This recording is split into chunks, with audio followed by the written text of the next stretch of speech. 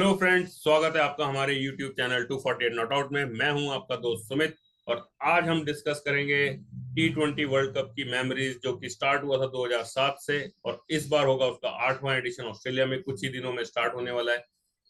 तो इसमें हम डिस्कस करेंगे हमारे टीम के स्टेटिस्टिशियन और डेटा एनालिस्ट अनिरुद्ध से। तो स्वागत है अनिरुद्ध आपका इस चैनल पे। और कैसे हैं आप? Thank you Sumit. अच्छा हूँ मैं। आप बताएं, आप कैसे हैं? बस अनिरुद्ध सब सही। तो जैसा कि अनिरुद्ध आप जानते हैं कि 2007 में इनॉग्रल T20 हुआ था।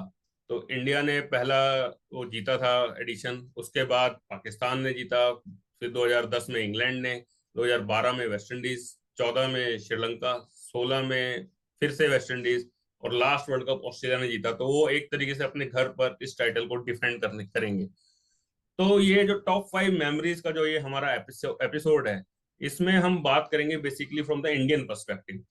तो इसमें मैं आपसे, बिकॉज क्योंकि आप डेटा एनालिस्ट भी हैं, स्टैटिस्टिशियन भी हैं, आपको काफी स्टैट्स में इंटरेस्ट भी रहा है शुरू से, जितना मैं आपको जानता हूं, तो आप अपनी टॉप 5 मेमोरीज के बारे में बताइए। और इसको हम काउंटडाउन में स्टार्ट करेंगे, नंबर 5 to 1। तो फिर हम डिस्कस करते हैं। तो आप बताइए अपनी पहले 5वीं मेमोरी में आपको किसको रखेंगे आप? तो पीछे से स्टार्ट करूं तो आई थिंक 2016 की जो बांग्लादेश के ऊपर भारत की जीत थी आखिरी ओवर में, वो पूरा धोनी का जादू था। क्योंकि उसमें आखिरी 3 बॉलों पे सिर्फ 2 रन 3 रन चाहिए थे और मैच हार चुके थे। और वहां पे धोनी ने पता नहीं क्या जादू किया, क्या फील्डिंग सेटिंग करी, क्या एंगल्स बिठाए। और हार्दिक पांड्या जो नए नए थे उनसे उन्होंने पता नहीं कौन सी उनके तरकश से गेंदें निकलवाई कि भारत जीत गया वो मैच। तो वो एक मेमोरी है जो हमेशा खुशी भी देती है और टॉप 5 में ऑलमोस्ट रहने वाली है वो हमेशा। तो मेरा इसमें ये कहना है कि जैसा धोनी बैटिंग जब करते हैं तो वो उसको डीप में लेके जाते हैं। तो धोनी ने शायद वही उस टाइम भी सोचा कि हार्दिक शायद सबसे वीक लिंक थे हमारी बॉलिंग में उस वक्त। तो उन्होंने सोचा कि 19th ओवर तक तो पहले देखते हैं, अगर मैच 20th ओवर में जाएगा तो फिर वहां पे प्रेशर बनाया जा सकता है बांग्लादेश के ऊपर, क्योंकि बांग्लादेश यूजली बिग मैचेस में फ्लॉप रहते हैं वो। और फिर वो हम्म। मुशफिकुर रहीम की जो वो अर्ली सेलिब्रेशन थी, प्री मैच्योर सेलिब्रेशन, वो बल्ला घुमा रहे थे, कभी कुछ कर रहे थे और उन्होंने 2 चौके क्या लगाए। अभी भी जैसा क्रिकेट में हमेशा कहा जाता है, जब तक आप जीत ना जाओ तब तक जीत आपसे दूर ही है। 2 ही रन चाहिए बिल्कुल। थे 3 बॉलों पे, लेकिन उन्होंने पूरे ग्राउंड में अपना हल्ला कर दिया, बल्ला घुमा दिया। और फिर उसके बाद जो हुआ, 2 विकेटें पहले मुश्फिकुर रहीम आउट हुए, उनकी कैच हम्म। शिखर धवन ने पकड़ी, फिर महमदुल्ला फुल टॉस पे कैच दे बैठे और लास्ट बॉल पे जो धोनी का रन आउट था वो तो एक मेमोरेबल वन है। बिल्कुल बिल्कुल। ठीक है, आई तो आप थिंक नंबर 4 की ओर बढ़ते हैं हम। नंबर 4 पे कोहली के 2 वर्ल्ड कप्स की बात करूंगा, 14 और 16 की। तो दोनों कोहली के वर्ल्ड कप्स थे। मतलब वो बंदा 130 के एवरेज से और 140 के स्ट्राइक रेट से, दोनों वर्ल्ड कप के अगर मैं स्टैट्स को मिला के देखूं तो उसने मतलब कहर ढा रखा था, जो वो कहते हैं। जो किंग कोहली जो है वो लिटरली जो एक्चुअली किंग कोहली है, लोगों का स्ट्राइक रेट नहीं होता उतना वो एवरेज लेके घूम रहा था जेब में। तो इतना गजब का वो खेला था। और वही जो है कोहली के वर्ल्ड कप, अनफॉर्चुनेटली हम लोग हार गए थे 14 वाला। 16 में भी नहीं जीत पाए, बट कोहली जो राइट। खेला था, जो मेरे को लगता है सचिन तेंदुलकर को जो फीलिंग हुआ करी होगी 99 96 वर्ल्ड कप्स में, वो वाली कोहली के साथ हुआ। But Kohli is world cups definitely. हाँ, तो उसमें मैं जो बात करूंगा, जो इंडिया ने साउथ अफ्रीका के अगेंस्ट चेस किया था, उसमें कोहली ने 72 रन नॉट आउट की इनिंग खेली थी। अकेले दम पर वो मैच को लेके गया था। उस टाइम भी धोनी बिल्कुल। ही उनके साथ थे। धोनी ने उस टाइम हम्म। लास्ट बॉल पे 19वें ओवर की सिंगल भी नहीं लिया था, कि वो चाहते थे कि शायद कोहली ही विनिंग रन मारे। फिर उसके बाद जो 2016 के मैच की आपने बात की, वो भी वर्चुअल क्वार्टर फाइनल था, ऑस्ट्रेलिया के बिल्कुल। साथ था। ऑस्ट्रेलिया के साथ जो हमारा अभी पिछले कुछ टाइम से रिकॉर्ड रहा है, वो हम मतलब अच्छा जो खेलते हैं, कोहली काफी अच्छा खेले हैं उसके अंदर और हमने जीत भी हासिल की है। तो वही अगेन मेरे को याद है अभी भी कि 19 बॉलों पे 43 रन हमें चाहिए थे और हम्म। ऑलमोस्ट इम्पॉसिबल ही होता था उस टाइम वो टारगेट। कहाँ, कोहली कोई बिल्कुल। पावर हिटर है नहीं, धोनी भी ऑलमोस्ट बिल्कुल। अपने फैगिंग एंड पे चल रहे थे। तो ऐसा लग हम्म। रहा था कि अब कौन जिताएगा, युवराज भी वापस जा चुके थे। लेकिन कोहली ने जो फॉकनर की जो उस टाइम पे पिटाई की और फिर उसके बाद नाथन कुल्टरनाइल की, मैच ऑलमोस्ट 19वें ओवर में ही खत्म हो चुका था, सिर्फ एक 4 रन चाहिए थे जो धोनी ने लास्ट ओवर में बनाए। तो वो बेहतरीन मेमोरीज हैं। अकेले ऐसे प्लेयर हैं जो 2 कंसेक्यूटिव T20 वर्ल्ड कप में प्लेयर ऑफ द टूर्नामेंट रहे हैं। और जो हम हारे भी, जैसे फाइनल में आपने बोला 2014 में हम हारे, और 16 के सेमीफाइनल में हम हारे, वहां भी कोहली की बहुत ही बेहतरीन इनिंग्स थी दोनों ही मैचेस में। बट वो हार गए तो ऑब्वियसली वो हम उतना याद नहीं रखेंगे। अब आप बढ़ते हैं नंबर 3 की ओर। नंबर 3 पे यार युवराज पा के जो 6 छक्के थे, गजब मारे थे। मतलब बॉल बैट से अड़ के उड़ती थी, ऐसा लगता था मतलब वो तो, वो ओवर 6 बॉल पे क्यों रुका, मतलब वो 8-10 बॉल भी होती तो 10 छक्के पड़ने थे उस दिन स्टुअर्ट ब्रॉड। वो वो तो बंदा बस। अपने 500 विकेट ले ले, 600-800 विकेट ले ले, पर वो 6 छक्के वाला बॉलर ही रहेगा हमेशा। वो इम्पैक्ट था उस उन 6 गेंदों का उसके करियर पे, और पूरे वर्ल्ड T20 के जो बोलेंगे स्कोप के आगे ऊपर जो रहा उसके ऊपर।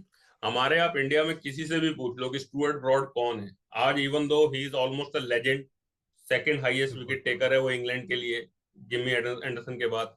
लेकिन आज भी कोई पूछ ले तो वो 15 साल वाली पहली ही बात बताएगा कि उसके 6 छक्के पड़े थे युवराज ने जो मारे थे।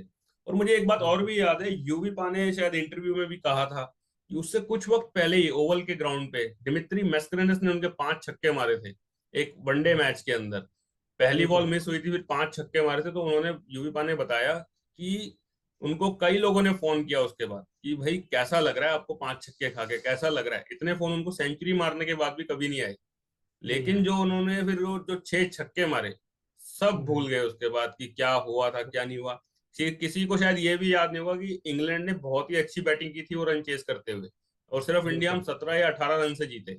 लेकिन वो बिल्कुल। मैच सिर्फ वो 6 छक्कों के लिए ही याद किया जाएगा, और वो अब गोल्डन वर्ड से हिस्ट्री में लिख दिया गया है।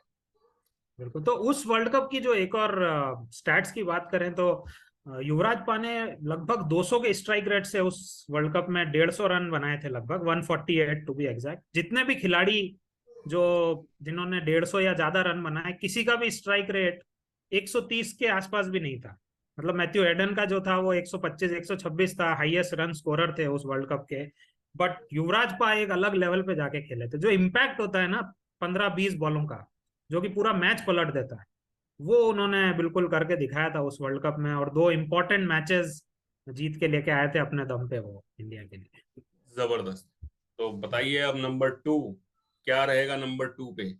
आई थिंक नंबर 2 जो है वो एक यूनिक चीज हो गई है, हिस्टोरिकल चीज हो गई है, और अब देखने को नहीं मिलती है नई जनरेशन को। That is the ball out. तो बॉल आउट के बारे में सुमित थोड़ा सा बताएं, उसके पहले मैं बता दूंगा कि इंडिया ने पाकिस्तान को बॉल आउट में हराया था। और वो जो उसका एक्साइटमेंट था 20 ओवर से भी एक कदम आगे जाके था। तो वो सुमित भाई थोड़ा सा बताएंगे उसके बारे में कि बॉल आउट क्या होता है।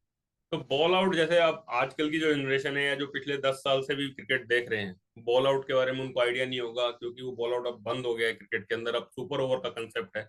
बॉल आउट बेसिकली होता है, जैसे फुटबॉल में हम पेनल्टी शूट आउट देखते हैं, जब मैच बिल्कुल बराबर रन पर फिनिश हुआ तो उसका फैसला करने के लिए आईसीसी ने रूल निकाला था कि बॉल आउट होगा, इसमें कि हर टीम को 5 बॉलें स्टंप्स की तरफ एम करनी होंगी, और जो जितनी ज्यादा बार हिट करेगा वही वो जीतेगा। और उसमें अगेन धोनी सरप्राइजेस करते ही हैं हमेशा से। उस टाइम तो खैर वो हम सबके लिए ही नए थे, तो हम भी कहीं ना कहीं ये लग रहा था भाई सहवाग से बॉलिंग करा रहा है उथप्पा, जिसने शायद कभी बॉलिंग ही नहीं करी। लेकिन धोनी बिंग धोनी, उन्होंने फिर सहवाग, हरभजन और उथप्पा को उन्होंने बॉल पहले 3 बॉलें दी। और पाकिस्तान ने अपने वही प्रीमियम बॉलर्स को ही बॉलिंग दी, शाहिद अफरीदी, उमर गुल और यासिर अराफत। तो धोनी स्टंप्स के पीछे जिस हिसाब से वो बैठे, शायद वो एक उन्होंने इजी कर दिया बॉलर्स के लिए कि वो एम जो उन्हें करना है स्टंप्स पे एम करना है। इंडिया ने तीनों हिट किए और पाकिस्तान ने शुरू के तीनों मिस किए, और वहीं पे हमें बाकी दोनों की जरूरत ही नहीं पड़ी। और वो बॉल आउट जो पहला मैच था 2007 वर्ल्ड कप में इंडिया का पाकिस्तान के साथ, वो हमने इस हिस्टोरिकल तरीके से वो जीता। आप तो बताइए अब। इसमें मैं इस मेमोरी को पास ऑन करें उसके पहले, धोनी ने आई थिंक 2016 में बताया था ये एक इंटरव्यू में, कि उस समय जब वो कप्तान बन के आए नए नए थे, तो बॉलर्स जो बैट्समैन हैं जो उनसे बॉलिंग करवाना चाहते थे, तो ऑन अ डेली प्रैक्टिस जो होती थी उसमें वो एक बैट्समैन से स्टंप्स पे एम करवाते थे मोर देन 50 टाइम्स, बॉलिंग करके। बॉलिंग आर्म अपना आप करो। तो ये उन्होंने भी ये कभी नहीं बोला कि मैं इसको बॉल आउट में यूज करूंगा, उन्होंने हमेशा ये बोला कि आपका आर्म खुलेगा। इस प्रकार से उन्होंने करा था। तो धोनी द मैजिशियन जो भी कहें, ये वो भी एक वहां से विजन उस है, ये भी एक विजन है उनका कि पहले ही मैच में वो बिल्कुल काम आया। बिल्कुल बिल्कुल। तो अब बढ़ते हैं last not the least, final one. बिल्कुल, तो आई थिंक फाइनल की बात है और फाइनल मेमोरी है, टॉप है। Not a tough one to guess, मुश्किल नहीं होगा। भारत की जो जीत थी, मिसबाज मिसक्यू कहो या फिर जोगिंदर का जुगाड़ कहो, पर जो जीते थे वो आखिरी बॉल पे, जो पूरा वर्ल्ड कप जीते थे, जिस तरीके से खेल के जीते थे, वो ऐसा कुछ है जो मैं कभी नहीं भूल सकता। मैं उस वक्त अपने पढ़ाई के दौर में था। हम लोग इंदौर में थे, खजराना मंदिर जाया करते थे, और उस एक साथ मिलके सब 15-20 जने एक जगह बैठ के देखते थे। तो उस गेंद पे जो कैच किया जब श्रीशांत ने, और जब एक साथ जब उस पे हम लोग कूदे, तो जिस पलंग पे बैठे हुए थे वो पूरा तोड़ दिया। पर आज भी मुझे वो गूज बम्प्स देती है मेमोरी। अभी भी मैं रोंगटे खड़े कर रही है बिल्कुल, और बहुत अमेजिंग फीलिंग थी, बहुत अमेजिंग फीलिंग। और मुझे तो शायद याद ही नहीं कि मिसबा ने उसके बाद कभी लैप शॉट खेला हो अपने करियर में। एटलीस्ट ऐसे टाइम पर तो शायद वो कभी खेलेंगे ही नहीं। लेकिन मैं फिर भी मैं मिसबा को एक क्रेडिट देना चाहूंगा, जो वो अकेले दम पर वो मैच वहां तक लेके गए। हरभजन को भी उन्होंने 3 छक्के एक ही ओवर में लगाए थे। और फिर बिल्कुल जोगिंदर के ऊपर जो प्रेशर होगा, पहली वाइड बॉल दी थी उन्होंने, फिर उन्होंने एक छक्का खाया स्ट्रेट डाउन द ग्राउंड। और पता नहीं क्या उनके दिमाग में आया, शायद एक लास्ट विकेट बची थी, ये भी एक कारण था कि मिसबा स्ट्राइक देना ही नहीं चाहते थे। और जो लैप शॉट उन्होंने खेला, मतलब हवा में जब बॉल थी तो लगा लो कि सांसें रुकी हुई थी उस टाइम। शायद वो एक एक 1.5 सेकंड की ही बात होगी, लेकिन ऐसा लग रहा था कि अगर ये कैच छूट गया तो पता नहीं क्या होगा। और श्रीसंत ने जो कैच पकड़ा, और फिर उसका जो धोनी ने और पूरी इंडियन टीम ने जो ग्राउंड में एक राउंड लगाया, जो धोनी के long hairs if you remember, वो तो यस एक यस। उनसे जुड़ गया था, वो सिंबल था उनका। और क्या, मतलब सही में आप जो बोल रहे हो ना, इस बार इस टाइम बिल्कुल गूज बम्स की फीलिंग आ रही है। क्या मतलब मैच था वो, क्या याद थी। बिल्कुल बिल्कुल। तो सुमित, ये मेरी 5 मेमोरीज थी, बट मेमोरीज जैसा आप जानते हैं बहुत सारी होती हैं। तो मैं आपसे पूछना चाहूंगा कुछ मेमोरेबल या ऑनरेबल मेमोरीज जो आप मेंशन करना चाहें अपनी तरफ से, जो हाँ, कि मतलब might have missed out. Top 5 में हमेशा सब तो नहीं आ पाते हैं, तो उस वजह से राइट आप राइट अगर कोई राइट। बता।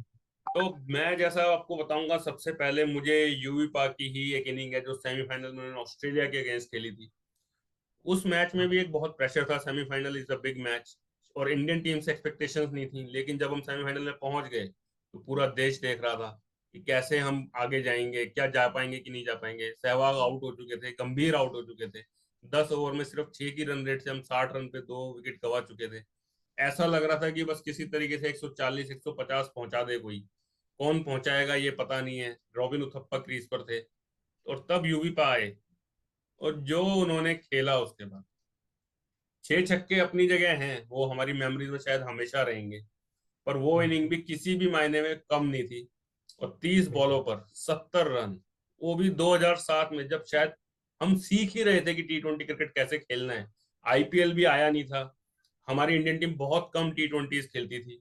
और उस टाइम में जो यूवी पा ने ऑस्ट्रेलिया की धज्जियां उड़ाई, मैं कहूंगा 30 बॉलों पर 70 रन, मतलब अमेजिंग इनिंग थी वो। और एक जो मैं मैच और यहाँ पे मैं बताऊंगा जिसमें कि वो भी 2007, कहीं ना कहीं 2007 हम सबके दिल के ज्यादा करीब है, हम जीते थे वो टूर्नामेंट। और उसमें साउथ अफ्रीका के अगेंस्ट मैच था। रोहित शर्मा ने डेब्यू किया था उस टूर्नामेंट के अंदर ही। तो उन्होंने उस मैच में बैटिंग भी अच्छी की थी। और फिर एक उन्होंने जस्टिन कैंप का रन आउट किया था। कैंप उस टाइम के एक पावर हिटर माने जाते थे। और साथ ही में डीके, हमारे डीके भाई कब से चले ही आ रहे हैं, चले ही आ रहे हैं। उनका तो दौर कभी शायद खत्म ही नहीं होगा। 2007 में भी उन्होंने ग्रैम स्मिथ की गली में एक ऐसी कैच पकड़ी थी कि नासिर हुसैन भी बोल रहे थे कमेंट्री में कि ये ऐसा बंदा है जो सिंपल कैचेस छोड़ देता है, लेकिन टफ कैचेस को ये पकड़ लेता है, और मैच का रुख बदल दिया था उन्होंने वहां पे। तो ये दो नहीं मैचेस देखिए मुझे डी याद आते हैं टॉप 5 के अलावा। बिल्कुल, तो डीके भाई और रोहित भाई की आपने बात करी, आई थिंक उस वर्ल्ड कप के बाद इस वर्ल्ड कप में दोनों एक साथ खेल रहे हैं। तो हम्म। होपफुली हमारे लकी लिए चाम लकी हो। चांस साबित हो और जीत जाए ये और वर्ल्ड कप भी। 15 साल हो गए ले आए। तो थैंक्स अनिरुद्ध, मैं हाँ आपका धन्यवाद करता हूं जो आज आप हमारे साथ जुड़े। तो गाइज, ये थी हमारी टॉप 5 मेमोरीज। अगर आप अपनी मेमोरीज के बारे में कमेंट सेक्शन में बताएं, लाइक करें, शेयर करें, सब्सक्राइब करें। Thanks for watching 248 not out. Thank you.